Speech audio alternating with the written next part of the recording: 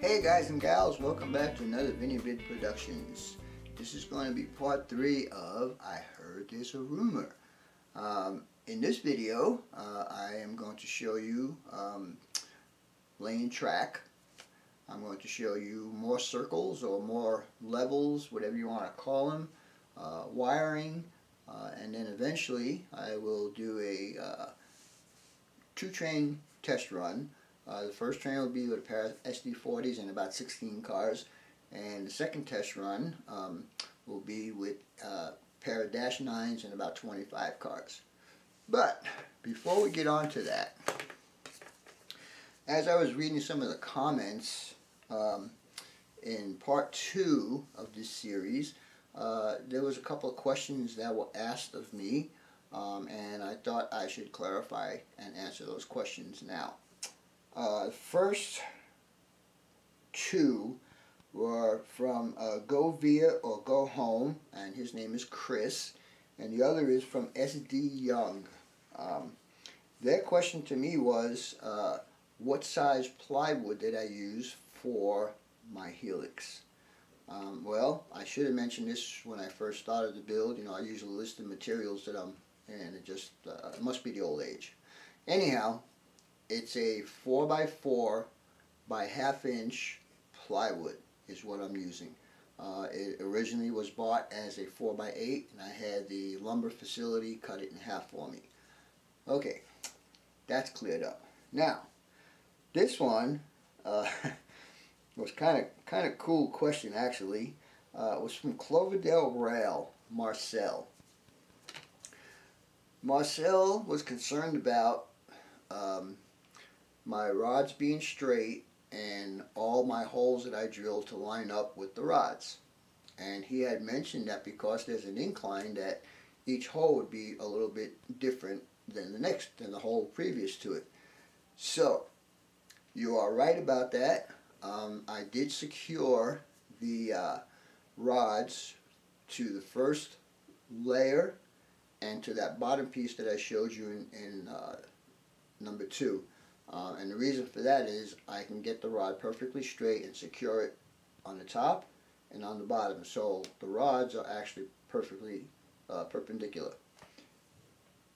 When I started to put the sections on there, of course the first section went on perfect, you know, there was no problem, it just slid right down the rods.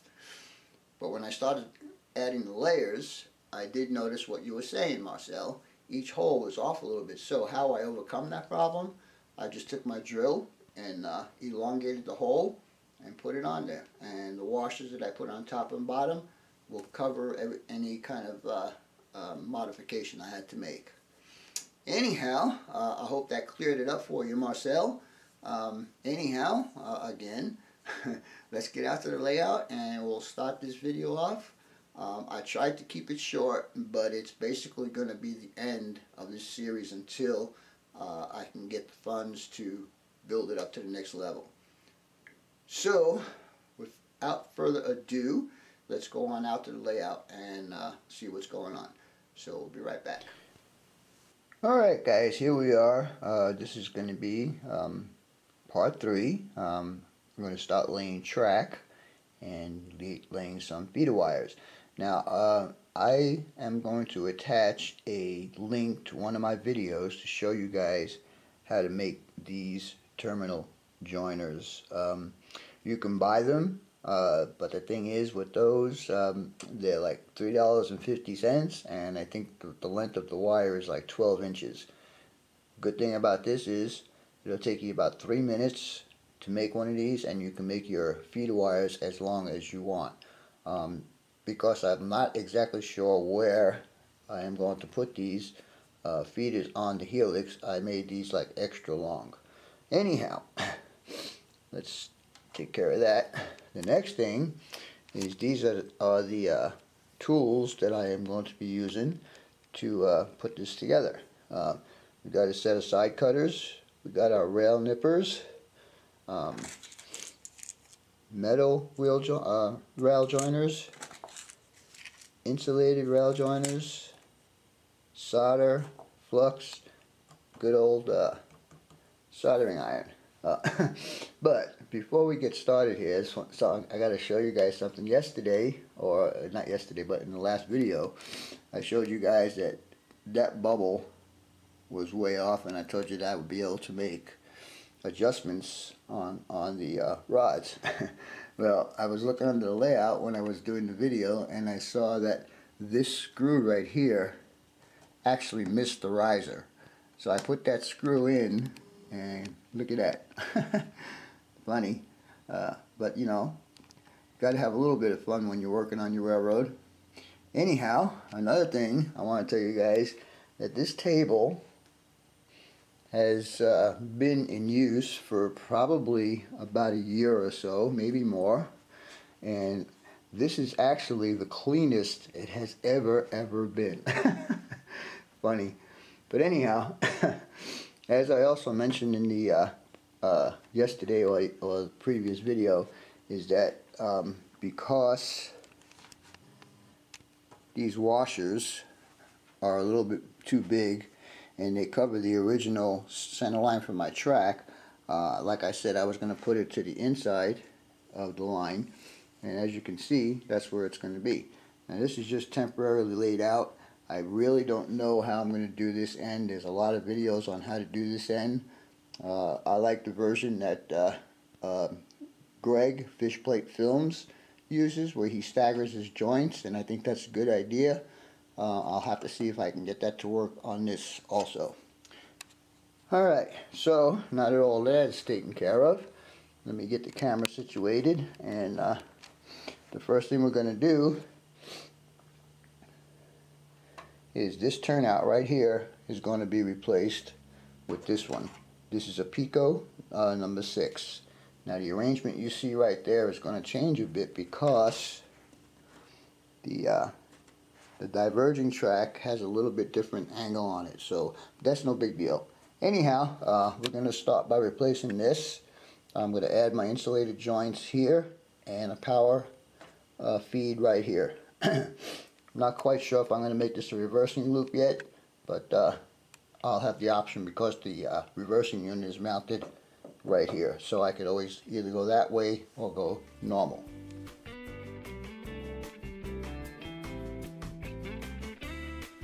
Alright guys, sorry I had to cut that first part of this video short. I was having problems getting the insulated joiners on here. I had to trim back some of the ties. Anyhow, as you can see, the turnout is installed, and the next thing we're going to do is we're going to run our feeder wires for the helix. So what I did, again, I made my own terminal joiners, and I ran out of the color wire I originally was using, so I'm going to be changing it to this red and white. And that doesn't make a difference as long as whatever rail you put this one color on here, it just needs to match up with the rest of your layout. So anyhow, I also put the wires down the center of the track rather than having them on the outside, so when it's ballasted you won't even see any wires. So let's go ahead and drill our hole.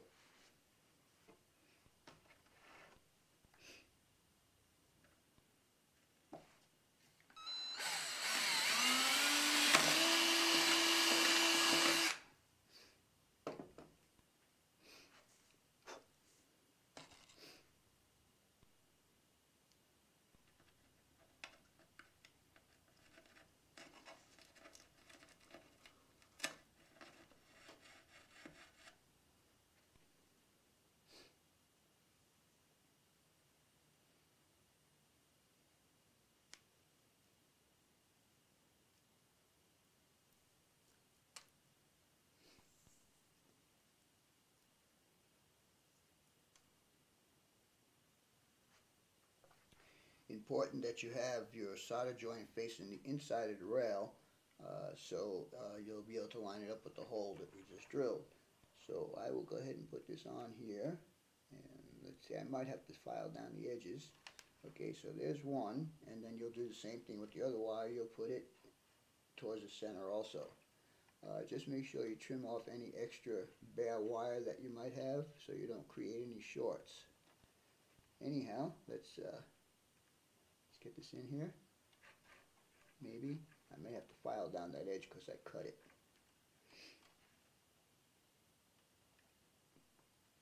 You HO guys talk about small stuff. Try working on these guys. It's like my eyes are going so bad.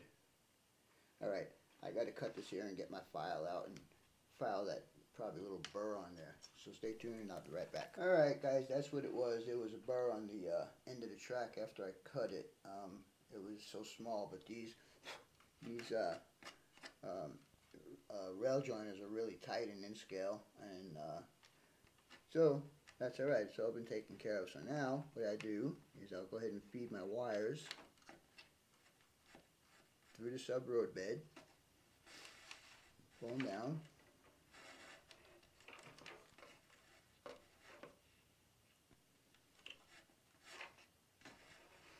and I will go ahead and connect this up to the rail. Like I said, my eyesight's not as good as it used to be, guys, so bear with me.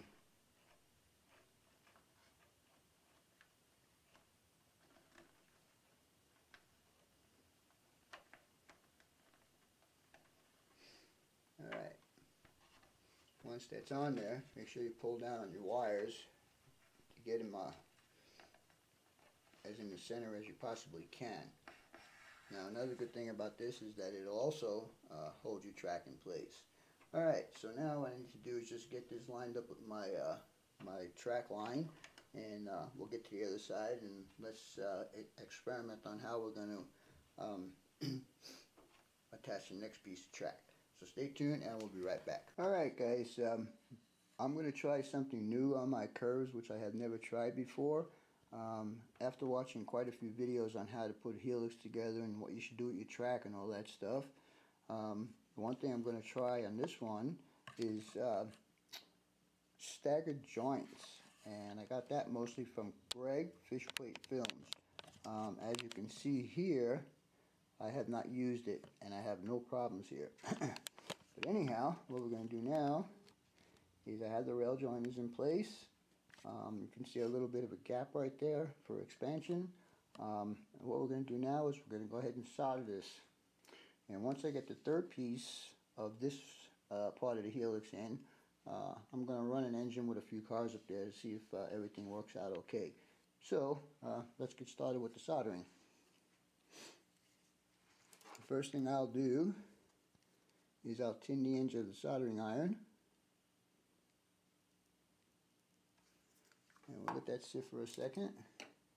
And we will go ahead and put a little bit of flux on here. The important thing is after your solder joint's done, make sure you clean up the flux because it will corrode the track. Anyhow, let's see if this works out.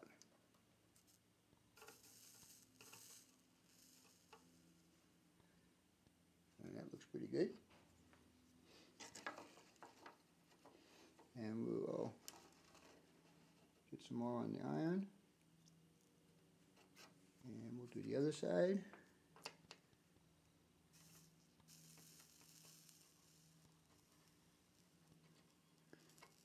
And I think that's going to look good too. Alright, so now what I'll do is I'll fill in the ties here with the ones that I cut out. Just sand off the rivets and just place it under there for now, just so I don't have this big ugly gap here. But anyhow, I'll go ahead and it'll be the same process for the next piece of track. And once I get that one in there, we'll do a little test run. So stay tuned and we'll be back shortly. Alright guys, we're going to give my first train a test run up the first part of the helix here. I'm using a pair of SD40s and I'm pulling about 16 cars. So let's see how it runs. Now of course I already know how it runs and it ran good, but let's see what happens while it's on camera. You know how that goes. But anyhow, we enter the helix here. I'm at speed step number 8.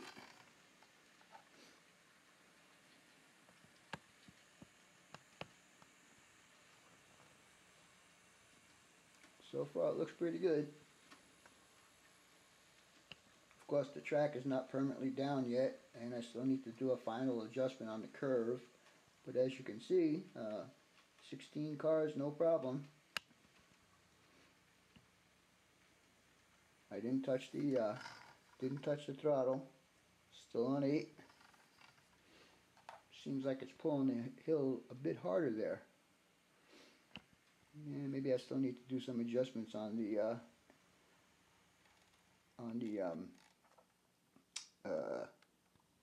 dang it.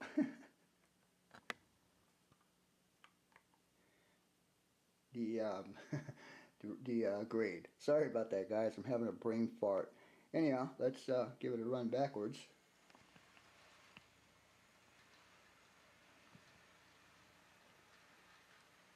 Now, I'm not quite sure about that new turnout I put in there yet.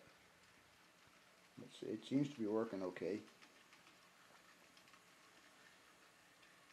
Anyhow, looks like a successful first run. Now, I got a feeling I'm going to have to use more than speed step number 8 to get a 25 car train up the hill.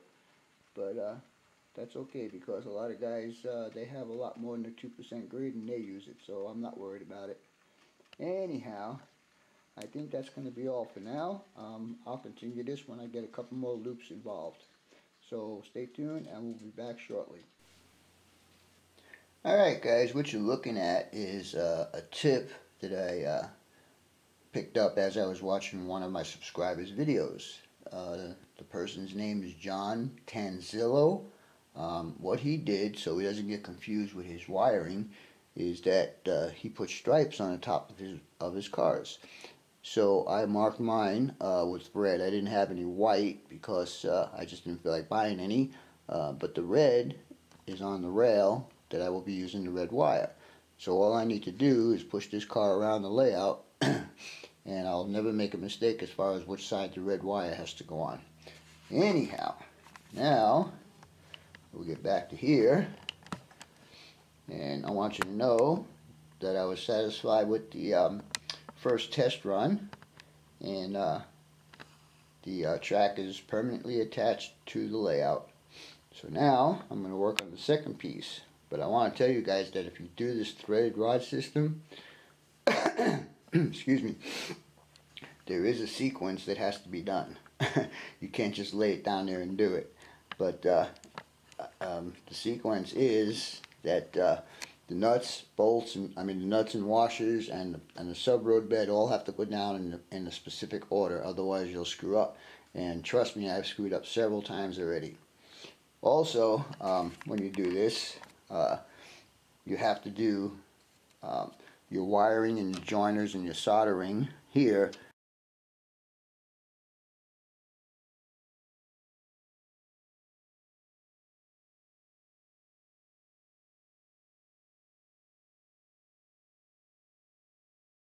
Section has to be partially down. It's hard to explain, but it is a challenge to remember the sequence of everything. Anyhow, I'm going to go ahead and get the second level done, and then we'll do another test run, and I think we'll probably use my -9s for this next run. Anyhow, stay tuned and we'll get the second one down, and we'll be back shortly. Alright guys, what you're looking at right now is the total height of the sub road bed of my second level, and that's why I am going to build this helix. Anyhow, I did put a few more loops in there. Unfortunately, I don't know if you guys are going to believe this, but I used 96 nuts and 96 washers on what I have so far. Needless to say, I ran out of material. So basically this is as far as I can go. Anyhow, as you can see, I got 4 levels, and that one right there where the boxcar is, that right now is at 10 inches. So I need at least another sheet of plywood to make 2 more circles. I do have 1 circle left over there on the side. I don't know if you guys can see it through the helix there, but there is 1 more. And I can't mount it if I wanted to, but I wouldn't because it's my template. Anyhow, the first test run I did was with my SD40s, and I was pretty happy with the way that ran.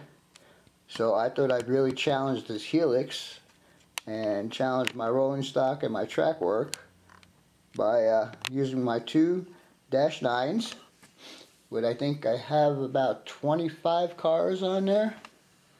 Anyhow, let's see how it goes. Now in the first part, I told you I already knew how it was going to go because I tested it before.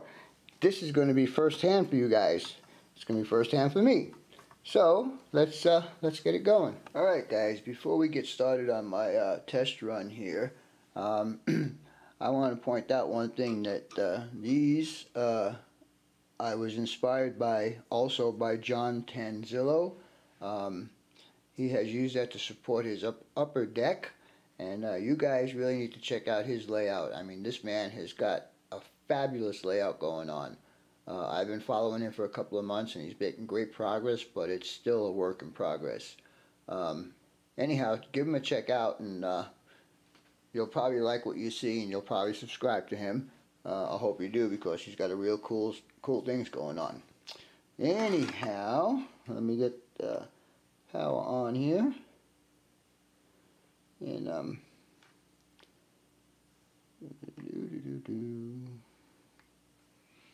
and we got lights. Alright guys, you know, like when I did the first test run, I used my SD40s with about 16 cars on it.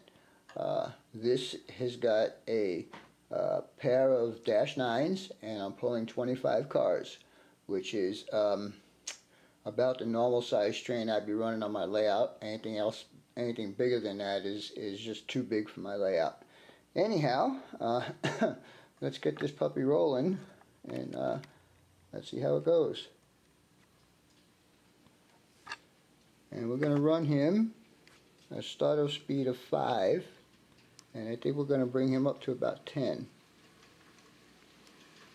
And this is 10. Anyhow, with the SD40s, I did a test run before I put it on film. This one is actual. What you guys are seeing now is what I'm seeing. So let's hope everything goes okay.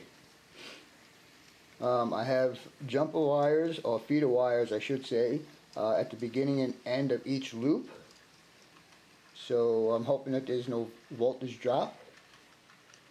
And seems to be pulling this train pretty good so far. And we are still at speed step 10.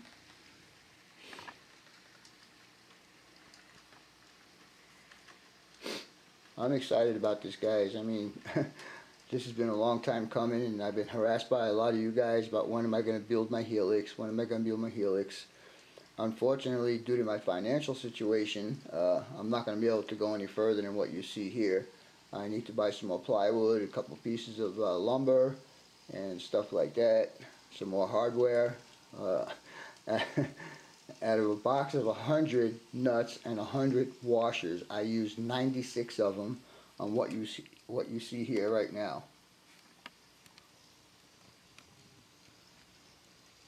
A little stall there, I don't know what happened.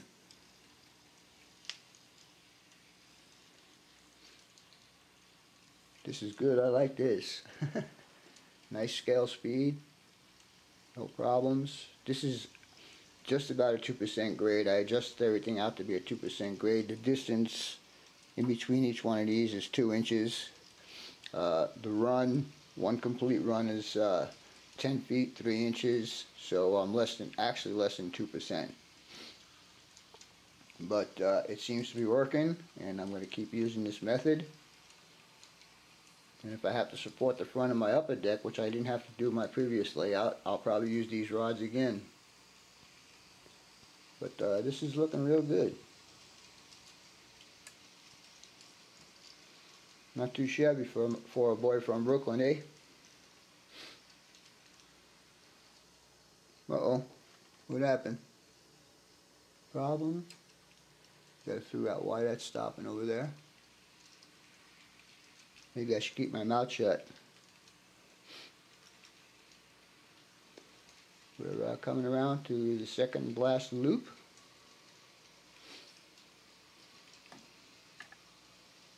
And I'm still at speed step 10.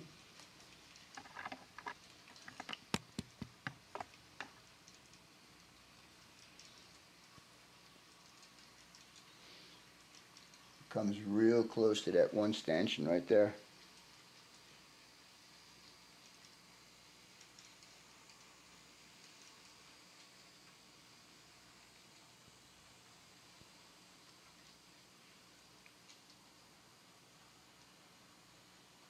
Oh, I got a whoopty doing the track. I see it. Got to take care of that too. Anyhow, yeah, so helix will get done, but at least you guys know I started working on it. And we're going to run this backwards down the hill also. It made it pretty good up to the top, but that one little stall, I got to figure out what's going on with that. It might be some glue sticking up. Anyhow, we'll stop the train there because that's the end of the line. And we'll get dangerous and go backwards. And my backward speed is going to be 2. And maybe we'll juice it up. Got it on 4 going backwards. A friend of mine once told me if you can run your train backwards through your whole layout and you don't have a derailment, you have good track work.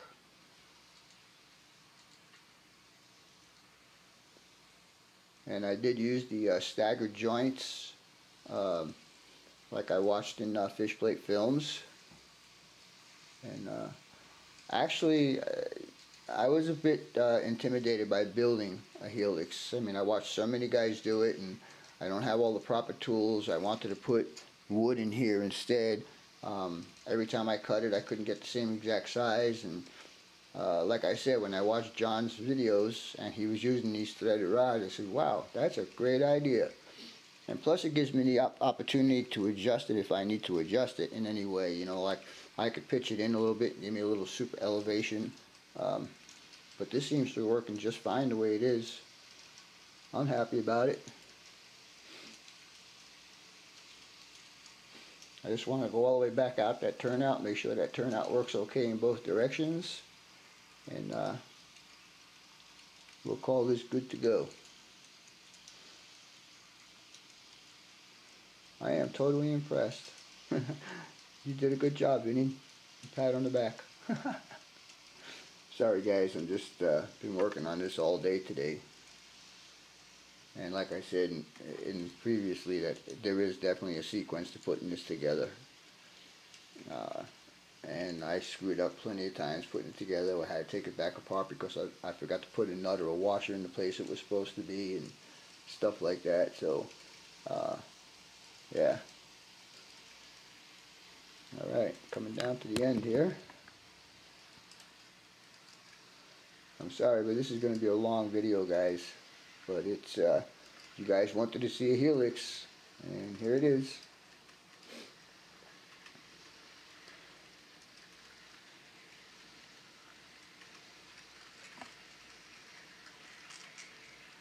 So far we're looking really good going through that turnout too. That's a micro-engineering, by the way.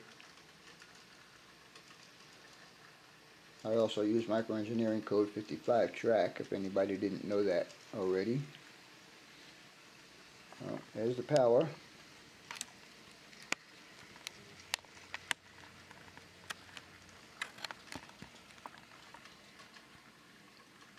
Now at least when I say the train goes up north, at least I could fake it and drive it up to the top of the helix. Anyhow, I hope you guys enjoyed this 3-part series that I just did about my helix. Your questions, comments, input, and subs are always welcome.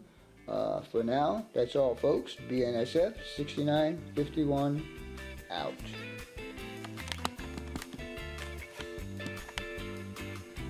That's for one of my subs that likes Steam. Alright, goodbye.